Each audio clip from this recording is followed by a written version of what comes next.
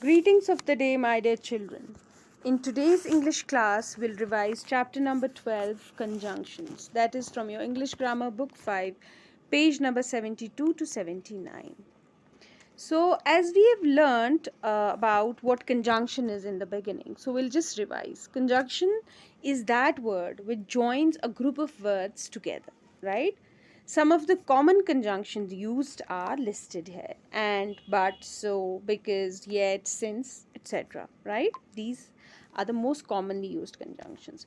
Now, conjunctions are categorized. We have different types of conjunctions. First, we'll talk about the coordinating conjunctions, right?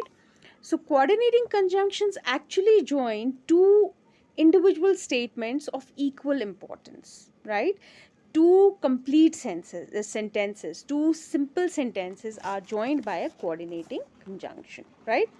Then we have subordinating conjunction. Here, it is again used to join two statements, one of which is dependent on the other, right? This dependent statement, dependent clause is dependent on the main clause, that is your independent clause, and it cannot make sense without this. The explanation of this is given here, so this is incomplete without this one, right? Then we have correlative conjunctions. These are the multi-word conjunctions which are used to join two statements, again of equal importance. We have already done this. Now let's read these sentences and identify which type of conjunctions are used in each one of these. Our first sentence is, I locked the room and left the house. Here, which conjunction is used? Very good. And. So, and is a coordinating conjunction. As we already know the trick, fanboys. So, it's very easy to identify the coordinating conjunctions, right? We have done this activity also. Would you either take a cab or a bus? So here we have two conjunctions. We have either and we have or. So this is a correlative conjunction, right? Then in the third one, there is so much noise that we could not hear anything. There is so much noise that we could not hear anything, which is the conjunction that. That is the conjunction used here, right? Here, that. It is a subordinating conjunction. Very good. Though it's raining, the weather is hot. Fourth one. Which conjunction is this? Very good. It is again subordinating conjunction. Though is used here to draw, to contrast.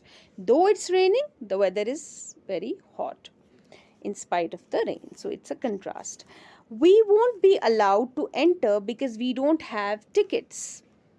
Very good. Very nice. Because is the conjunction which is showing a relation. Why you won't be allowed? Because you don't have tickets. We don't have tickets, we won't be allowed. Again, it's a subordinating conjunction. The bird pecked into the balloon and there was a loud blast. Your number 6.